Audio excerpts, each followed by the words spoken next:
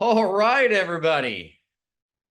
Coming on in. We'll let everybody get situated tonight. You are going to get a special tonight if you're in here.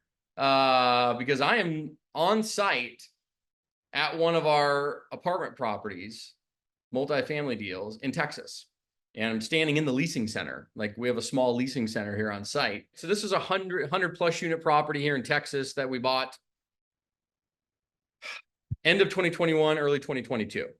And so I'm actually here on site for a week working with our existing staff because we fired the property management company and we're running it ourselves. We're going to be owner managed and we're coming in full throttle, show people how to manage things the right way. And sometimes you got to do it. We don't always like to manage our own stuff, but we'll bring in our team if we have to. We prefer to third-party property manage when you get some good ones, but it's always about people. It's most of the property management companies out there have good systems, have good logistics. They have all that stuff. That's never really the issue, but it comes down to your people who are working your properties. So most everybody kind of tired about your current situation. You know, it changes. I've heard different before, so that's nice. Tired about your current situation, wanting to level up. You know that multifamily is the way to go, but you don't know quite where to start. We're going to help you this evening in giving you kind of the 5-step method of how you buy an apartment building. We're going to focus on the top 3, and I'll explain why in just a minute, but that's where we're going to go. And I'm going to show you how you actually find deals, how you would analyze them, how you would raise money, the quick about the closing, and the quick about the managing side. But we're going to get into all of that this evening. So yeah, how do you buy apartment buildings if you wanted to do it, say, in the next 90 days? How would you execute on it, right? And how would you take the next steps? So quick little journey as to mine to kind of give you some background. If you don't know who I am or what I do, you just saw some weird guy online and you're here tonight. So 2008 financial collapse. At that time, prior to that, I was in title insurance in the real estate industry, and then wanted to make it by myself before I went. My dad was kind of a big developer guy, started from nothing, went zero to hero on his own. But he was our transitional character in our family, the person that made it big, went zero to hero, completely self-made multimillionaire, but lost it all in the financial crisis. And he went through a major bankruptcy right in the midst of it. So I got to watch that happen, and it taught me a lot, right? It taught me the value of consistency, steady Eddie income, not chasing the buy and sell mentality that's always there in our marketplace, never over leveraging. But then from 2008 to 2010, because you couldn't develop and build and do all that stuff because the markets were collapsed, I became an asset manager for a lot of the major banks. And so I was managing 300-400 assets. So these are single family homes, right? Everybody's getting foreclosed on. I was the guy behind the scenes on the computer with multiple screens, managing those deals, and then handling the cash for keys, the eviction process, running it with the realtors, hiring the realtors, doing the cleanup crews, getting them ready for the market, putting them on the market, dealing with the offers, putting the offers in. You name it, I did it behind the scenes for about 2 years. An enormous amount of work. It was incredible, but I also learned how irrational the banks are and how I didn't want to really be a part of that. I wanted to go and be an entrepreneur and go out and be a creator in this world and not just contribute. So asset manager in the banks. So, you can read stories about this stuff. It's on the news. It's there. There's me there shaking my dad's hand. But it talks about it, from Yahoo Finance, AP News, all the stories that were out there about really my dad, but our family and what happened in the financial crisis. And everybody was hit and affected in different ways, right? Some people more than others. Some people were crushed. I mean, you name it, right? But yeah, it sounds like everybody here, it was a bummer. Some people came out ahead. Some people lost homes, jobs, marriages, families. But if you weren't old enough, that's okay. It's probably a good thing. But just remember that what goes up must come down. So 2009. This is kind of where it all happened, because 2008 crash, 2009 still crashing, but I knew we had to buy property. I just knew it. I was getting crushed, right? I didn't have any money, but I knew we had to buy property. So this is where our company, Brennan Group Capital, was established. And in 2010, I went to a business, well, not a business partner at the time, it was just a friend who was in the tech industry. So he was not in real estate, he was in tech. And I went to him and I said, Chris, listen, I'm getting hammered. you have some money to put into a deal, you can sign on a loan. So, we kind of need each other because I can go find the deals, right? I can find them, I can analyze them, I can raise the money, I can put them together, I can do everything, I can manage them, I can do everything. Like, I'm really good at that. I have all of the knowledge and the sweat equity to put into these things. I just need some capital, so now we can go. So we locked arms in 2010. And literally, and I think it was Davies or somebody in here, Murrieta, California. We bought our first rental condo, $100,000 in 2010 in Murrieta, California. Believe it or not. And from there, we got into duplexes and triplexes and fourplexes. So by 2018, we had about 20 units, maybe 25 units, and we thought we'd made it. We thought we'd made it. I was like, oh, we're rich. We're about $3.5 million in assets, and it was most of our own money, so we were proud about that, and we thought, that's how you do it. That's how you get wealthy. Well, then we started running out of our own money. And then you realize very quickly, oh my gosh, that's not how you do it. So if any of you are on here and you have caution about raising money, asking people for money, what you're really not asking, by the way, you're providing an opportunity for investment. Using OPM, other people's money in conjunction with yours. But you have to understand, if you want to get wealthy, truly wealthy, and do this the correct way, leveraging your money with other people's money is how you do it. Would you agree with that? Thumbs up in the chat if you agree with that. Thumbs down if you're like, I don't know. But I'm very, very curious as to people's mindsets around the money game, because this is really, really, really important. Because if you're so anti about raising money, then it doesn't matter what I say to you this evening, it's going to go in one ear and out the next. Because you need to understand that. If you want to know how all the rich are getting rich, guys, think about it.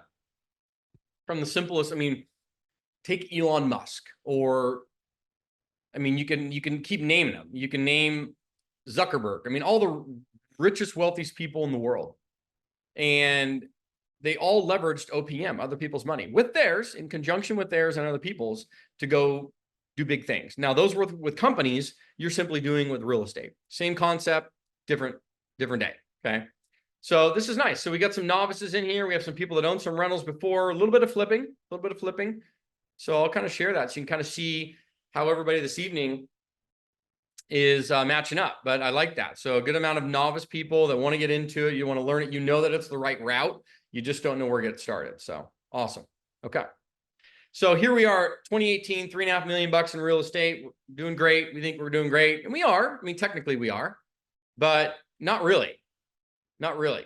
Because what we soon found out was, to get to where we wanted to go, and I went to a syndication conference for this, and it was like the light bulb went off, because I'm sitting there in a room with 3,000 other investor people in different industries, but real estate investor people that wanted to learn it, wanted to grow with it, and so forth. And what I soon found out is I'm sitting there going, wow, if all of these people can do it, I absolutely can. And I didn't want to toot my own horn, but I'm sitting there going, I know that I'm probably maybe a bit smarter and a bit more ability than maybe 90% of the people in this room. So if they're doing this, we can do it. And so the kind of that confidence began to grow. But until you get your first deal, larger deal, it's tough, right? You're still kind of trying to figure it out. So from 2018, 20 units, $3.5 million, to today, right now in 2024, 600 plus units and about $180 million in assets. And how did we do that? So in 2018, 2019, we got our first deal out of state, out of California, and it was in Kansas City, Missouri. It was a 27 unit deal. So everything I talk about tonight, everything I preach and I talk to any of our mentees, anybody in the communities, anybody I talk to, I say, listen, stop going after big deals for your first ones. When I say bigger deals, 50 plus units, no way, not going to happen for your first one. You're going to be somewhere between 10 to 30 units for your first deal or two. Then once you get that under your belt with some resume and some confidence, now you're going to be able to go execute at a larger level, presuming you want to.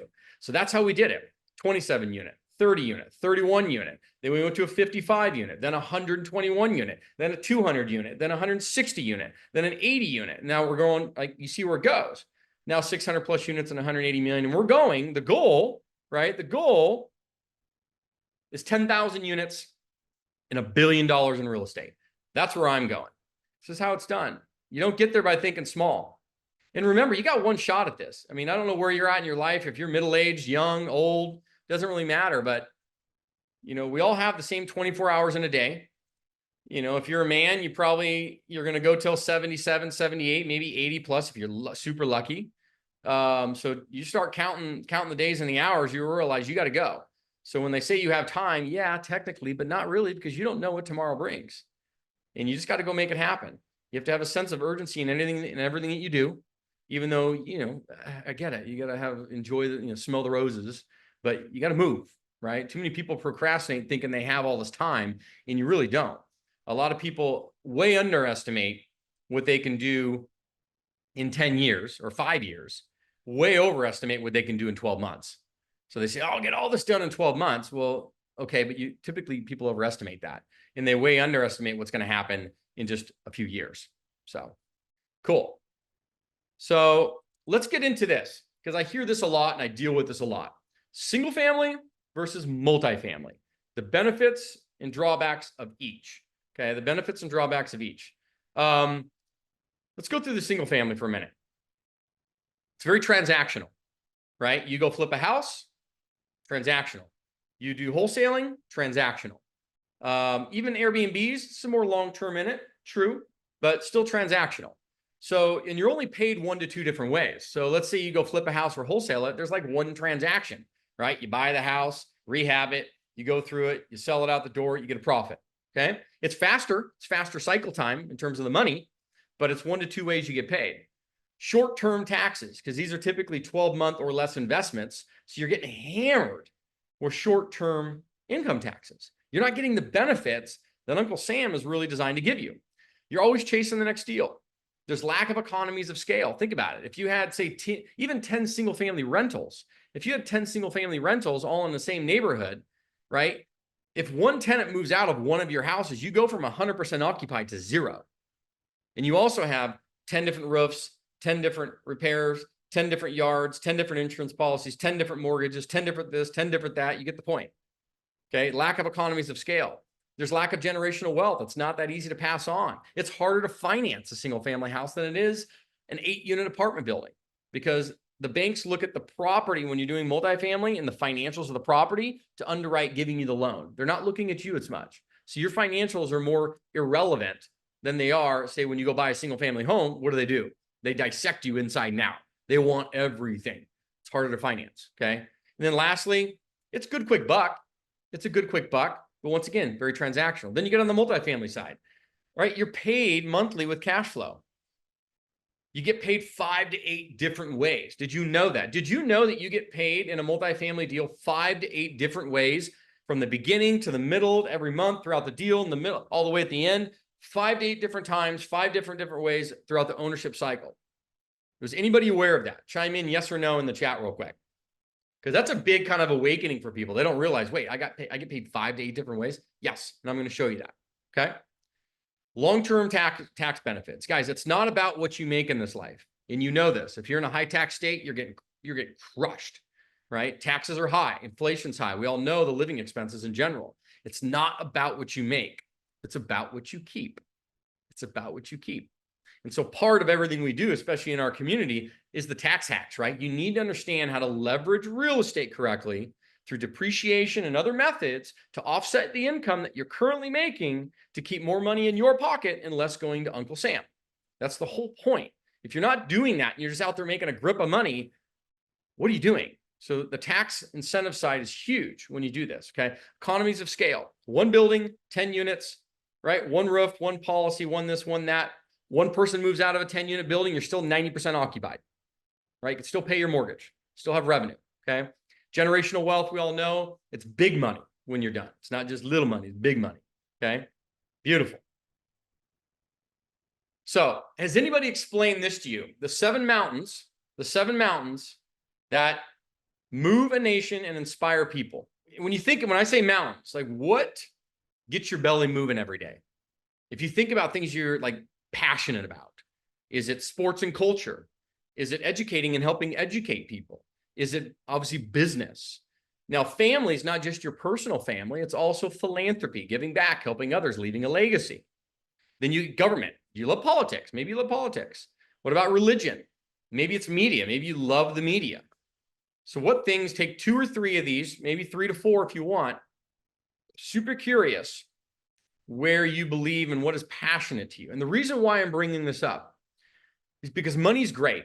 Money is a great motivator to get started. But once you start making money and you coming into the multifamily and you're talking about doing this game, money's only going to take you so far, right? It's only going to take you so far.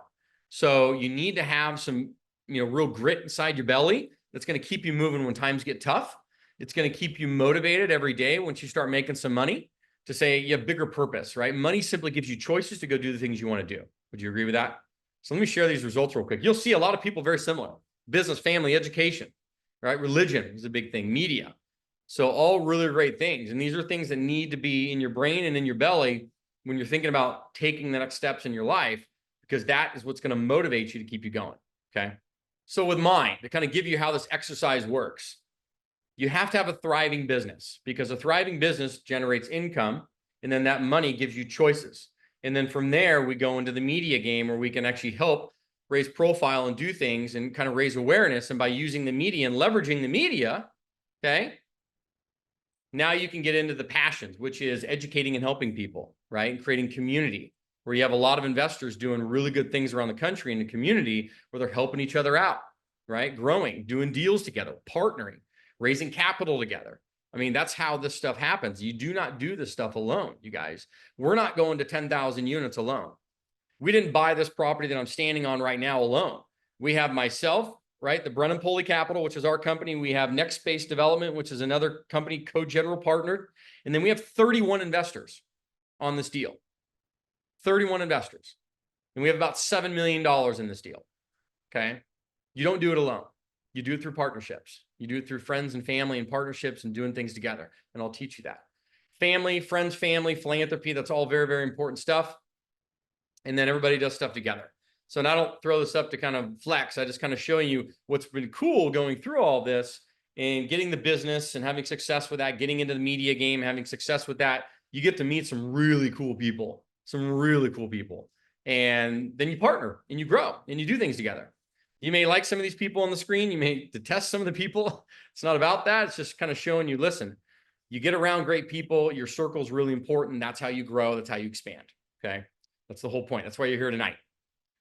So buying apartments, we talked about the 5 steps. Okay. You have to find them. You have to analyze them. You have to finance and close and manage. So the finding deals, definitely a big piece of the puzzle. You got to find good deals. If you have good deals, raising money is easy, right? Financing capital is easy when you have a good deal that makes financial sense. So talk to me, Shai, because you brought up some great questions, and I thought, hey, why don't we talk about these to everybody tonight? Because I'm sure everybody has similar questions. So, yeah. So, like we do a lot of our clients and a lot of the people who talk to us on socials, a common questions that they ask is if they've never raised capital before, is how to raise the capital. And what would be, you as someone who's done as many deals, what would you say is that the most difficult part? Is it, how easy is it just based on the deal itself? What is kind of the raising capital aspect of this? yeah. So let me kind of give you a great case study because I think this will help. So prior to 2018, we used most of our own money, as I'd mentioned. And I felt comfortable doing that because I was not comfortable raising money. I didn't know how to do it. I'd never done it before. It was new to me. I was scared to death. I didn't even know what's this thing called syndication. What's this thing called OPM? Like, I just want to control everything and I don't want to deal with anybody. But that's very close-minded. Then I got a rude awakening when I went to these conferences and started talking to people. And I was like, oh my gosh, like I'm really missing out. And here's why. Here's how you raise money. It starts with a good deal. If you have a deal that makes financial sense, that will attract all the money in the world. So focus on the deal, then the debt, then the equity. Deal, debt, equity, in that order. Everybody chases the money first, but listen, if I came to everybody on this webinar tonight, okay, perfect, and I said, hey, thanks for coming on tonight and taught me, listen, I have a fund and it's a minimum $50,000 investment. And we're going to be buying some multifamily together. And you'd never met me before, by the way, but I'm just on here chatting tonight and I'm trying to raise money from you. You all are going to be like, what, who the hell is this guy? Number one, I don't even know what he's investing in. He doesn't even have a deal to talk about. So who is he? That's, you see, it has to lead with the deal. I can't go chase money without a deal. So it's always deal, debt, equity. Does that make sense? Yeah, that makes a lot of sense, actually. And I'll get into it in just a minute on what makes a good deal, how you would analyze a deal, how you're going to find deals. So I'll get into that in just a minute. But that's definitely one of the big questions. Anything else in particular? Yeah, a lot of people ask, like, when it comes to, like, okay, I'm gonna get all these investors, they're obviously gonna be getting a piece of some of these deals. How do I pay them? Or like, what is that? How often do they get paid? Like, how does this stuff get? Do I choose? Do I get to customize all this? Or what Yes, is and that? answer that. So yes, you are the general partner controlling the deal, right? So the whole point of doing what we're talking about tonight is you are the general partner controlling the deal. And by doing that, you get to choose whatever structure you want. Now, I'm going to show you the typical structure that works, but you can devise any split, in terms of percentages, any structure you want. And you're in control of when they get paid, how they get paid, what they do. I will give you general practices that the market provides, but you can design whatever it is you want to answer that question. And they typically get paid quarterly. So you'll collect money from the property, all the free cash flow coming from the deal. You will account for that, and then it'll get distributed every quarter to the investors. Does that answer your question? Yeah, and most investors are pretty happy with that. That's very standard in the industry. Yeah, that's standard. Okay. Yeah, I mean, there's very rare cases where you have people out there distributing monthly. That's amazing if you can pull that off from an accounting perspective. But yes, 95% is done quarterly. That's right. Okay. Yeah. Awesome. So. Yeah, those would be some of the most common questions that we get just on socials and stuff like that. So thank you. Okay. Yeah, no, and I get those a lot too. So perfect. So let's jump in. I'm going to spend briefly on this real quick though, so everybody understands this, the money game. If you understand the US capitalistic system and you want to truly understand it, you have to, once you get this will make you so paranoid, number one. Number two, it's going to make you rush over and become a creator. Okay, so the US capitalistic system, as we know it today, is devised up of two categories of people. Okay, you have creators and you have contributors. You have creators and you have contributors. Creators are 1099. These are typically business owners, entrepreneurs, investors, right? They are creating products or services into the marketplace. Those are distributed to contributors who are typically W-2 employees, right? Getting a paycheck every Friday or every 2 weeks. You're working for the man, as they say, and the money's leaving your pocketbook. And it's buying the product or service, and it's leaving your pocketbook, and it's going right over into the pocketbook of the creators. And it's one big cycle. And the creators get rich, and the contributors, you do okay, right? You do okay. But the true wealth, the true financial freedom, all the stuff you're wanting, the time with family, the generational wealth, all these things that you're wanting, very difficult to get in the contributor role if that's where you want to stay or that's where you stay. And which is why you're here tonight. I mean, that's why this is interesting to you. You're like, gosh, I love multifamily. I know how I want to learn it. I know that this is where I want to go. I know that, yeah, I get this. I need to be a creator, not just a contributor, because I want tax benefits from the IRS. I want all the benefits of owning real estate, generational wealth, hand things off to my family and my kids, maybe not have to work as hard, maybe able to leave my current job at some point and do this full time. All those things that are going on in your brain that are probably likely happens when you're a creator. And so once you understand the money game and you understand how the IRS benefits creators and they give you all the tax benefits as creators, which is why I have not paid income tax in 7 years. And it's not because I don't make good money. It's just because I'm a creator. The IRS gives me a bunch of tax benefits to write off to help continue grow my business and move money in the US economy. At some point, they're going to get a piece of a bigger pie. They're just waiting for that, if that makes sense. So that's what you need to understand. And that's why you're all here tonight. I want you to kind of get a real good feel of that, because that, at the end of the day, is more important than anything. Okay. And then Hember asked, is it better to be a realtor to develop this business? No, not necessarily. I mean, I'm a licensed real estate broker, but no, not at all. I know many people that are in this and doing very well that have no real estate licenses whatsoever. Zero. So, yeah, not necessary at all. Yes. Love it. Cool. Yep. Kiyosaki explained similar. Yeah, he has the cash flow quadrants is what he talks about. The very similar concept, just in a different way.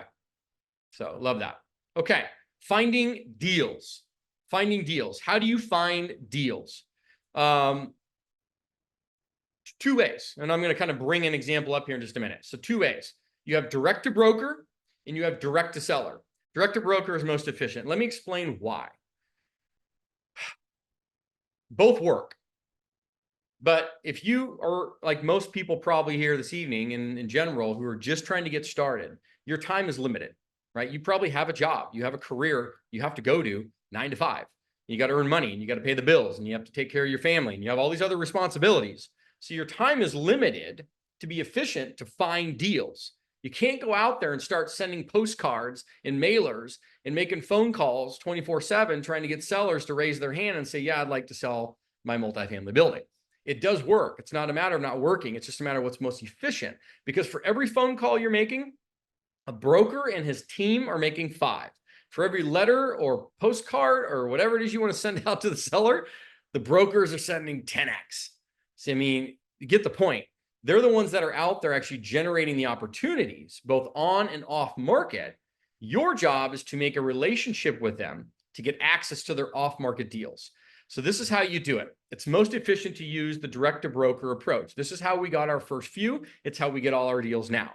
We get some direct to seller, but that's because we have money and time to put into it now. But most our stuff is direct to broker. So you don't want to be peeing up a rope. It's kind of a saying that I say a lot, but it gives you a visual for a minute. That doesn't work, right? Gravity doesn't allow you to pee up a rope. So don't do it. Right? You might as well leverage the brokers who are already out there in the marketplace doing all this work on your behalf. They're raising their hand and you're raising it along with them saying, hey, you have deals. Now I can go make a relationship with you. And if that deal on market doesn't work, it doesn't matter because you have access to some off market stuff too. I'm going to give you an example in just a second. You're going to utilize the on market to off market method. This is what we teach: on to off, on to off. So let's say I wanted to go into, I just picked it up tonight, Ohio. And that was going to be a market I was interested in Cincinnati, Columbus, Cleveland, whatever it is, Ohio. Okay, great. So I started doing some market research, looking in the market, fine. Okay, I like a few areas. What's the job growth like? What's the employment growth like? What's median home prices like? What's median rents look like? So I think, okay, it's a good market to look into. And we go through all this in detail in terms of what makes good markets, bad markets, right? We won't get into that tonight, but presuming it's a good market. So now I'm like, great. Okay, I like some of these markets. So how do I start finding some deals? Here's how you do it. Crexy.com. A lot of websites. There's CoStar, there's LoopNet, there's Crexy, all free marketplaces for you to go find commercial real estate deals that are on the market. Okay, that are on the market. Now, keep in mind, all the properties that are on these websites, 95% of them are overpriced and they're not good deals. That's not the point. The point is that brokers who are market makers doing deals, these are their deals. So do you think they have other deals? Probably. Do you think they may have pre-market deals that are not on the websites yet, that they're marketing to their database of investors before they hit the website that's overpriced? Probably. So your job is to make a relationship. So let's say I'm in, this is Ohio, for example, right? And I come through here and I start finding some deals. Like this is a 30 unit here, a little 16 unit here. I click on these guys, a little 24 unit deal. And I click on them and I scroll down. I see this, oh, look at Drew and Mr. Rob right here, Drew and Rob. I'm like, gosh, okay, I kind of like this deal. This is interesting. Actually looks like a pretty good little deal. Now, this thing may not make any sense. It's brand new on market. That's not the point. But here's how my phone call is going to go. If I'm looking to go into this market, I'm going to take 3 properties in this market with 3 separate brokers, and I'm going to make 3 phone calls to start, right? You may have to make more, 3 phone calls to start. Hey, Drew, how you doing? This is Justin Brennan with the Brennan Pulley Group. Calling you on your property here, Lee Manor, the townhomes there. Little 16-unit deal. Looks pretty cool, man. Looks like you guys just came on market. Do you have a call for offer date you're looking to accept offers by? No, you don't, not yet. Okay, great. Any activity on it so far? I know you're just new on market. Okay, starting to get some activity. How do you guys do tours? Are they private tours? Are they group tours? How could I see it if I wanted to see it? Okay, great. Great. So you'll do group tours. Okay. I'm going to be in town next week on Thursday.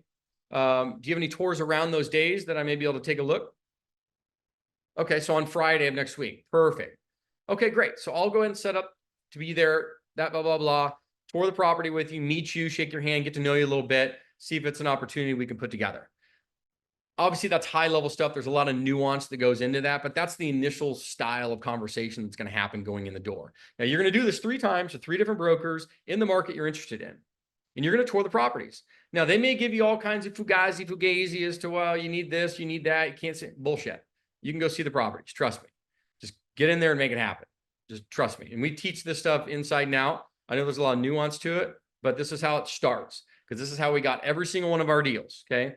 Like it or love it, this is how it gets done, okay? So you go in there and you do that, and then now you're starting to build rapport. You're building relationships, okay? And by building relationships, what's going to happen is you're going to say, let's say that Lee Manor property doesn't make sense.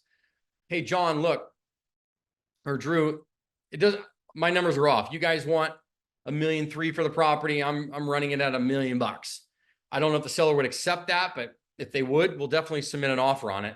No, probably not. Okay. Listen, I understand this deal may not make sense, but others may. Like, do you have some pre-market deals? Can I get on your email list? So that way we can start looking for stuff, because we're going to buy here in Ohio.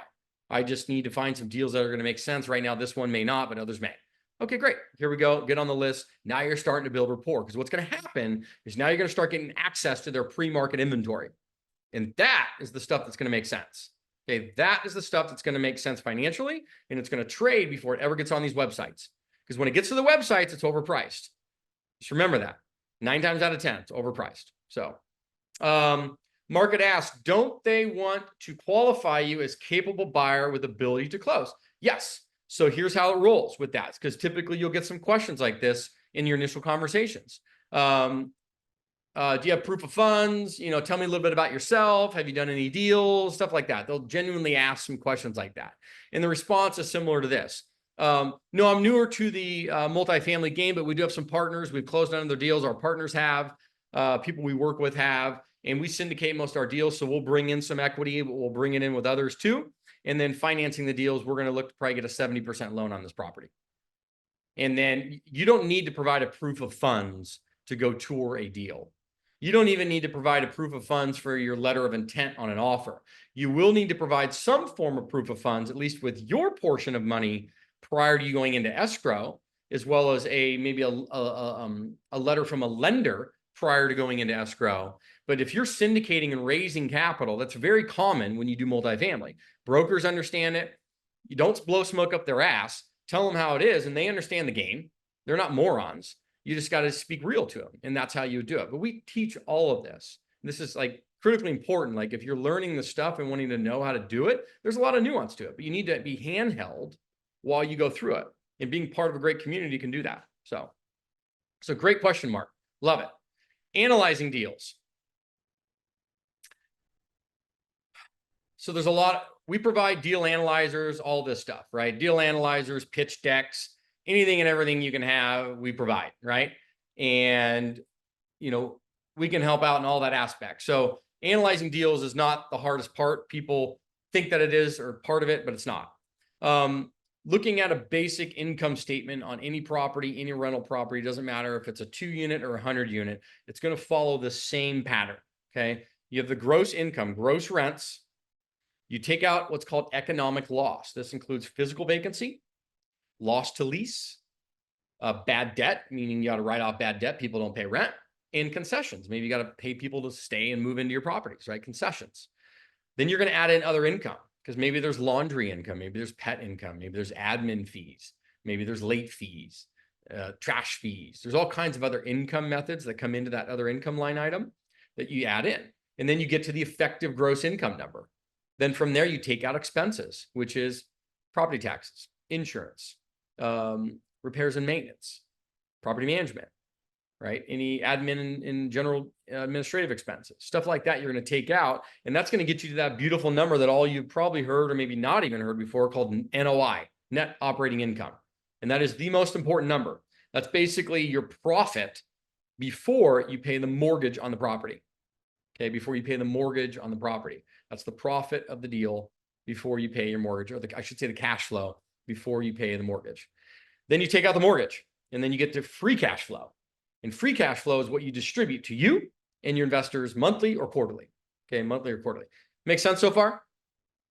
And then we get the question, because Shai was asking it, like, what constitutes a good deal, right? If I'm analyzing something and I do all the numbers and I plug it into the pro formas, Justin, and it's all great, like, what should I be looking for? Very simply put, the 3 metrics to the right. Okay, you want an IRR, which is internal rate of return, of 14 to 20% or more per year on your money and your investors. Cash on cash, COC, cash on cash of 6 to 10% plus, right, or more per year. EM is equity multiple of 1.8x or more, times or more, 1.8 times or more in your money. Meaning, if I give you $100,000, okay, I'm getting $180,000 back, 1.8 times on my money. Okay, if it was a 2.0, 100 to 200, right? You get the concept. But these kind of high level metrics, when you're doing your analyzers, if you're meeting these metrics from a high level, then that's a property you dive deeper into to get really nitty gritty. But if it doesn't meet those from a high level, when you're just moving through deals, keep moving, right?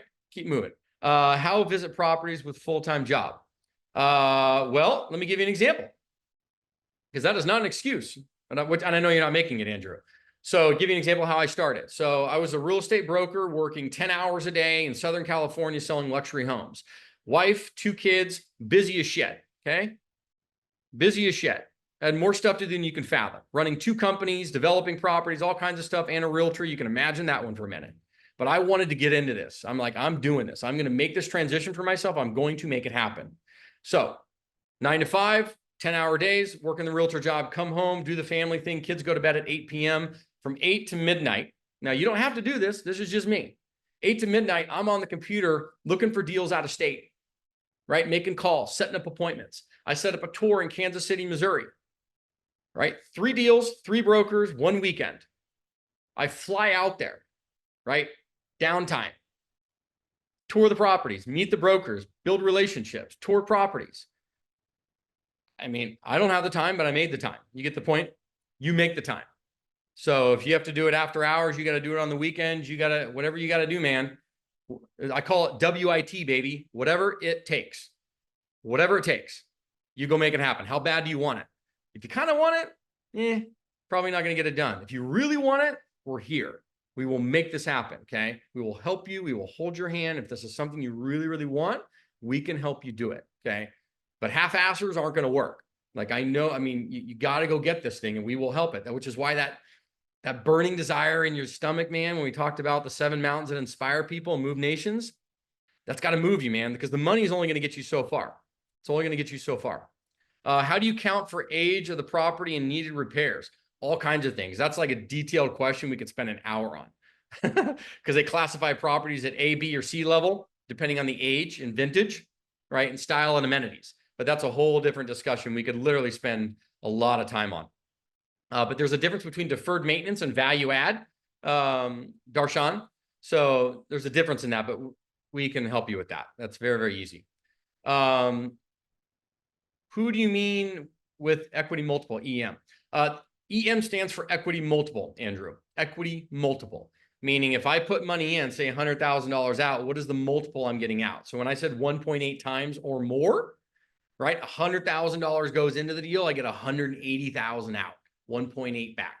That's what that means. Depends. Period of time could be 3 to 5 years, typical deal time, right? I'll go over that in just a second. Great questions, though.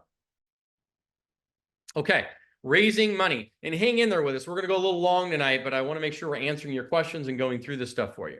So raising money. We talked about it. Shai had brought it up. How do you raise money? How do you do this? Well, you need a deal that makes sense, right? You need a deal that meets those metrics. You have a deal that meets those metrics, raising money is not hard. You need a good pitch deck. A pitch deck is basically a 20-page document that we provide the templates for, by the way, that tells everybody, anybody interested in the world about your deal. This is what the deal is. This is how much we're raising. Here's your projected returns. Here's the returns on the property. Here's how long your money's out. Here's when you get it back. If you're interested, call me. Here you go. Boom. Nice, sexy pitch deck. Explains everything. It'll do 90% of the talking for you. And then all you need to do is understand what you're talking about, which we can help with. Yeah. So it's not hard, guys. Trust me, coming from somebody that was scared to death to do this, okay, to even think about multifamily, because we were doing well on our own with our own money. And going into the bigger space, for you to do this, it's great. And whether you start with an 8-unit deal or a 10-unit deal or a 30-unit deal, I'm going to guide you. And part of the community part is saying, listen, we want you in the 10 to 30 unit space, because that's the space where the numbers make sense. You get economies of scale. You can actually do it and take it down so the numbers aren't too big. You're not raising too much money. The financing is easier to get. All that stuff goes down in that space. It's much easier to control it. You're dealing with mom and pop brokers, mom and pop sellers, mom and pop deals. So you can actually execute. That's why we target that space, okay? So managing, we're not really going to get into that. Closing, we're not going to get into that. And then you need a good process for raising money. So a deal that makes sense, a good pitch deck, and a process. Any questions on the raising money portion before I jump on? Because I'm actually going to give you an example deal, a case study of a deal that we did, the money in it, how it got structured, the money I made out of it as the general partner, and then we can open it up to a bunch of Q&A after that, okay? But any other questions, I know you probably have a million questions on the raising money portion, but maybe we wait until I get through that case study real quick. Okay, awesome. Yeah, let's get through the case study, because then I know you're going to have a bunch of questions. So let's talk about the deal structure, okay? Because this is the deal structure of the deal that I'm about to talk about. So every deal, every, say, 10, 20, 30 unit apartment building is going to have an LLC, right? Property LLC. And then the owners of that LLC are probably you or your company. Maybe you have a holding company LLC investing into that. So you are what's called the general partner. You're the GP. That's you. Then you have your limited partners. Those are your passive investors in your deal that you may bring in. This could, keep in mind, this could be a private lender. This can be individual investors. This could be friends and family. This could be creative financing, seller financing. There's multiple ways to bring in that money, right? So don't get hung up on that. Just know that if you have a deal that makes sense, you have a good pitch deck that explains it, and you have a process to help execute, raising the money is not that hard, because most people want to invest in real estate. Think about it. All of you here tonight, you're all here. Why? Why? I mean, I'd be willing to bet you right now that if I had a deal that made sense, I could get 3/4 of you to invest in it tonight. If I had a deal that made financial sense and I pitched it to you tonight, I'd be willing to bet you, because all of you want to invest in real estate and all of you have some capital, even if it's 15, 30, 50,000 bucks or more to invest, you have that available to you right now, to where if you had a deal that made financial sense and I came to everybody on here and I said, hey guys, here's a 31 unit apartment deal. It's in Kansas City, Missouri. Projected returns on your money are about 18% a year. It's a 3 to 5 year hold on the project. And you're going to get an equity multiple of about 2.2 on your money, 18% annual return projected on your money. Who do you know that may have some interest?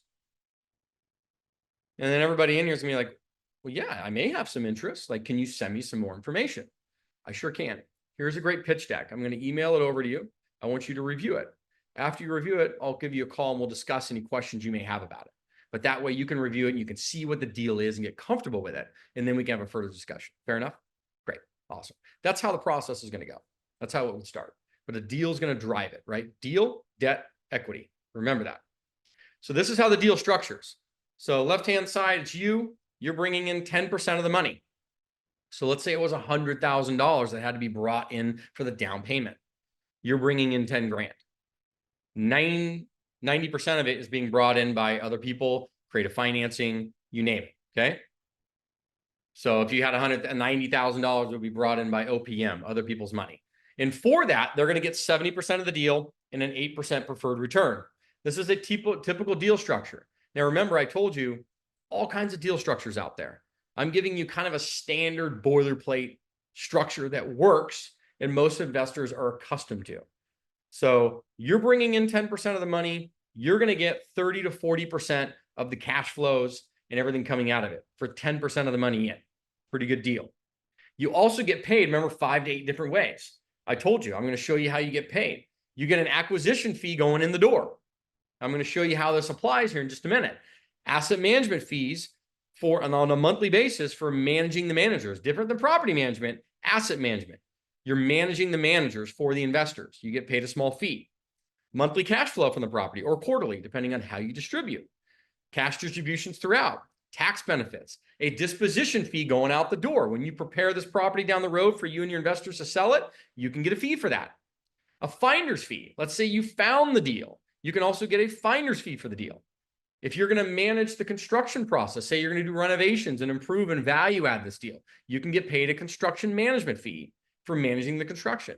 5 to 8 different ways. It's very, very standard. Very standard. Nothing unique here. Okay. And then on the other side, you have all your investors. Keep in mind, one little caveat, I'm not going to get into it too much tonight, but you invest alongside your investors too.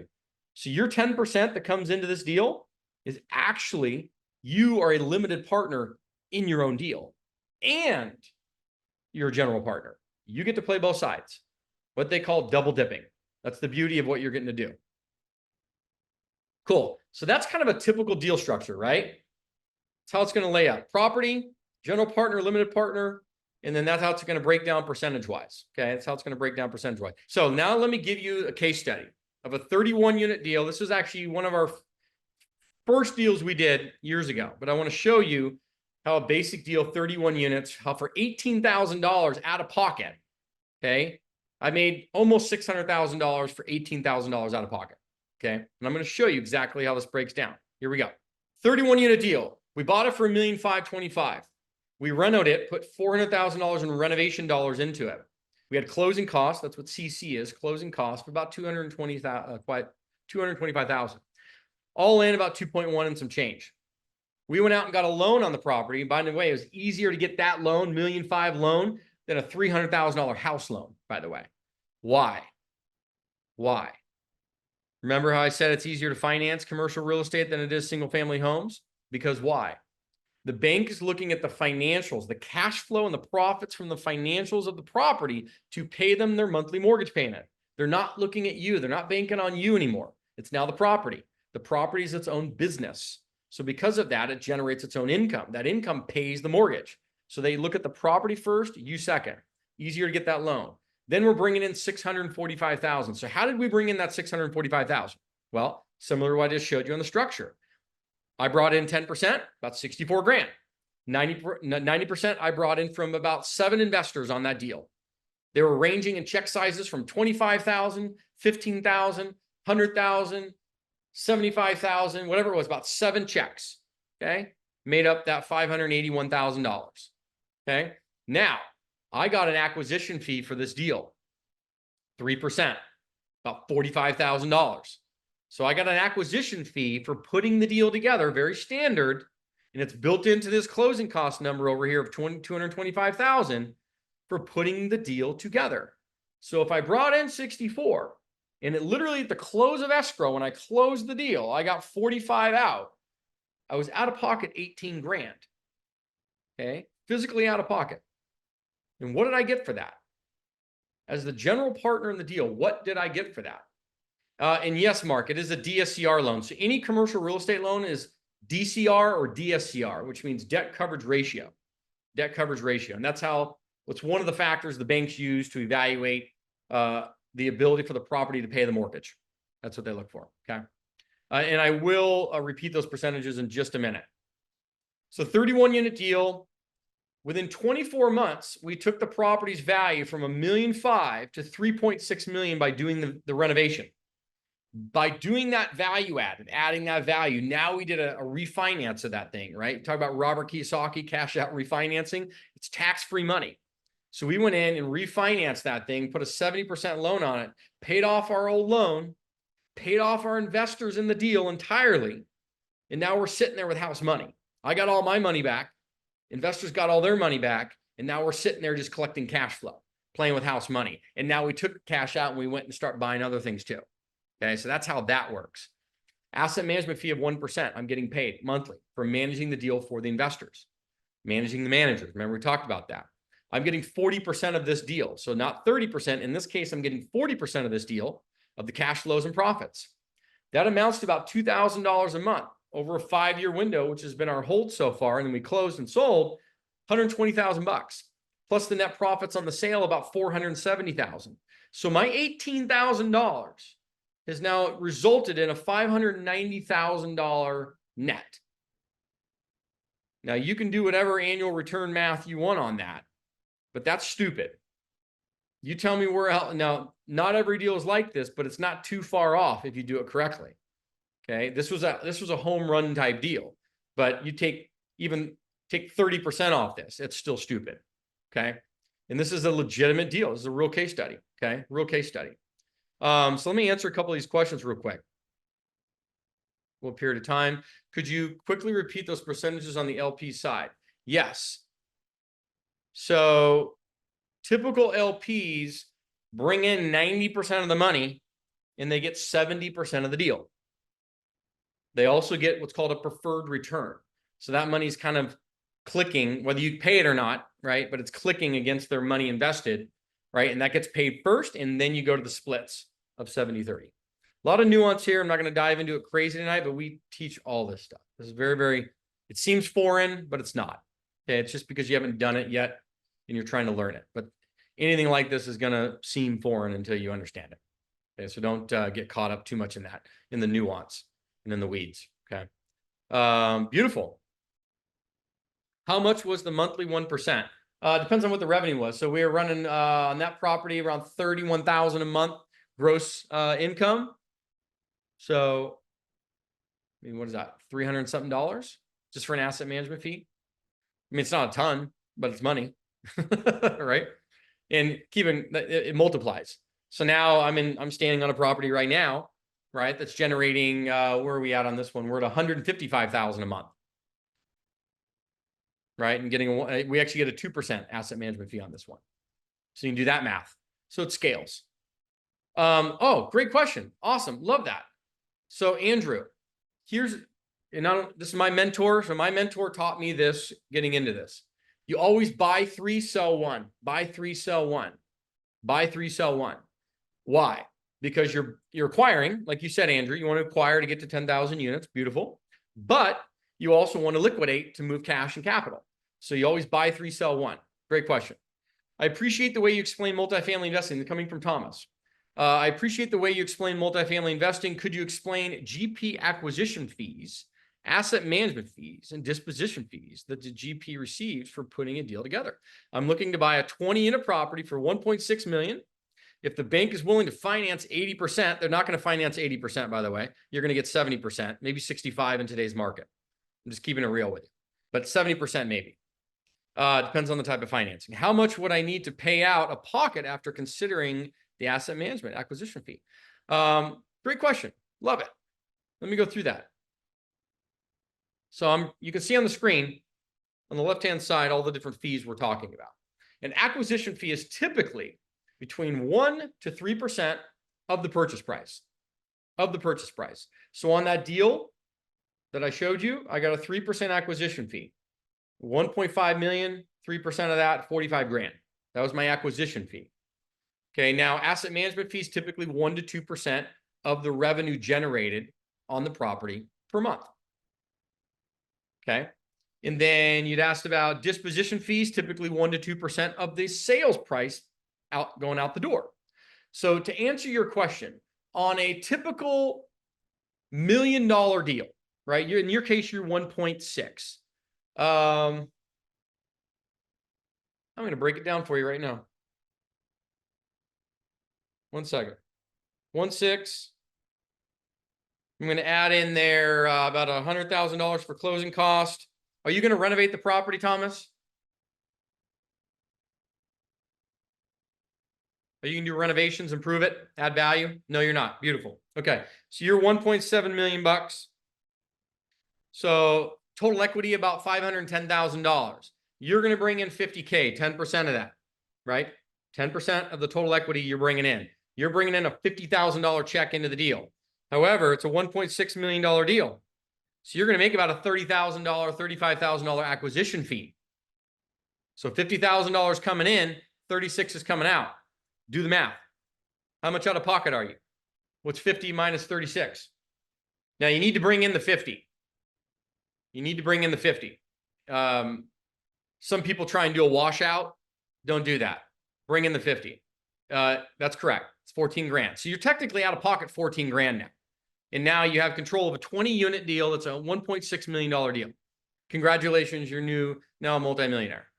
But that's how it would work, right? And then you would go raise. So if you brought in 50K, you're going to go raise 450K. So that 450K is brought in a multitude of ways. Could be seller financing, could be creative financing, could be a private lender, could be a host of maybe friends and family who want to put in $25,000 checks. All the above. We teach and host and show and hold your hand all the way through it. So it just depends on what you're looking to do. But the key is this: go find good deals. Step one. Okay. Underwrite them, learn how to do that. Step two, that's analyzing. Remember, we talked about the different methods or the different processes of buying apartments.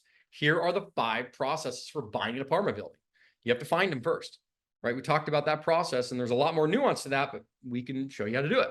Analyzing those deals. How do you analyze them quickly, right? We actually help review all of the numbers for all the people that are in our community, especially when they're getting started and they're looking at these deal analyzers. They don't even know how to look at the numbers to start with, and that's okay. We want to help with that process and make sure you're looking at good numbers and tweaking and making corrections and all that stuff to the numbers when you're learning the process. Okay. Then how do you finance them?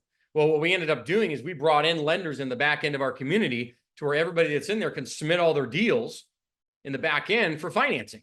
And they can have lenders looking at their deals, financing them anywhere in the country to help alleviate some of these roadblocks, especially on the capital raising. Because what's cool now is because the community is growing so much, now we have people doing deals together. Like we'll actually show deals. We'll bring them up on screen. People will talk about them. They'll say, gosh, like this looks like a cool deal. Would we consider investing in this? And now you have people in the community investing in other people's deals. Then you're raising capital amongst yourselves. That's cool. Like that's the best part about it. Will the bank allow seller financing on the 30%? Yeah, that's part of the down payment. So when they say seller financing, yes, they will. It's commercial real estate. So to answer your question, yes, they will. There's going to be a caveat in there. They'll be in a second position, but yeah, depending on the lender, to answer your question. A couple of years ago, we created Multifamily School. And that came about really organically because I had a lot of people approaching me asking, Justin, we see everything you're doing. You're growing. We love it.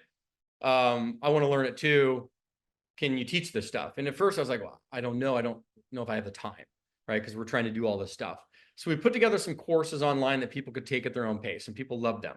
But then people came in a little closer and they said, listen, that stuff was amazing. We love it. But like, I really want more hand-holding. I want more of a custom approach. I want access. I want community and activity. I want to be able to actually do this and feel like I'm not doing it alone. Do you do any mentoring? And at first I said, no, I don't, because I can't really do any one-on-ones. But I said, I know how important partnerships and collaboration and community are to growing. We're trying to go to 10,000 units and $1 billion. We don't do that alone. And we can't see every deal in the country. So what if we create a community of well-trained investors who are learning, doing deals together, in it for life? You're here learning and making it happen. What if we did that? And everybody can come in and collaborate and do deals together and do that around the country. Now we can see deals that we otherwise wouldn't. We can collaborate with people on bigger deals too, because you may start small, but maybe you want to go bigger later. We can make that happen. So that's how Multifamily Tool created. That's how we benefit from helping other people, and everybody wins together. Does that make sense? Because that is the big piece behind it, is doing things together. Under contract and raise. Yes. Yes. You want to lock up a deal that makes sense. You want to have leverage in the deal before you do that. 100%. So if any of you have interest in learning more, you can book a free informational call and we can go through it. Okay. I'll put that in the chat real quick so everybody can see that. Okay. And that way you can get more information. Nothing more than that. We obviously appreciate everybody coming on and learning, but if you want to take it to the next level and get involved in something bigger than yourselves, this is how you're going to do it. So that link that I just put into the chat, and put in your phone number too if you can, but you can click that link and book an informational call. Okay, book an informational call. What you're seeing on the screen right now is the actual landing page to the information about what is included in the mentorship. Okay, and to be straight up about cost, because people are probably wondering what's the cost. So it's an $8,800 program. Okay, but it's lifetime access to the program. Okay, and where are you getting it? What's included? You'll see this on the link, but what's included in it? So lifetime access to the program and the community. It's a 12-month mentorship course with me and mentorship direct with me. Lifetime access to all the tools, systems, community access, everything, okay? Personal success coach gets assigned to you.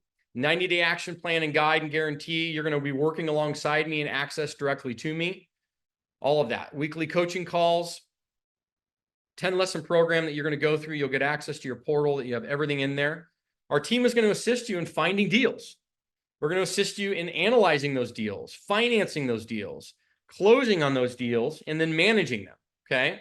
So you're getting handheld because what I wanted is something very, very, very hands-on, and I wanted people to have direct access to me. Very, very, very key to the whole thing. You'll get all the tools, the deal analyzers, the pitch decks, pretty much everything you'll ever need to ever buy an apartment for the rest of your human life, you get. And we're always adding to it. So we have all our pitch decks back there, the best in the world, I think, in my opinion. Deal analyzers, legal documents, letters of intent, due diligence checklists. I mean, you name it, you get it. It's all there. But once again, we can go all through that on an informational call so you see everything in advance, so you know exactly what you're getting into before you do it.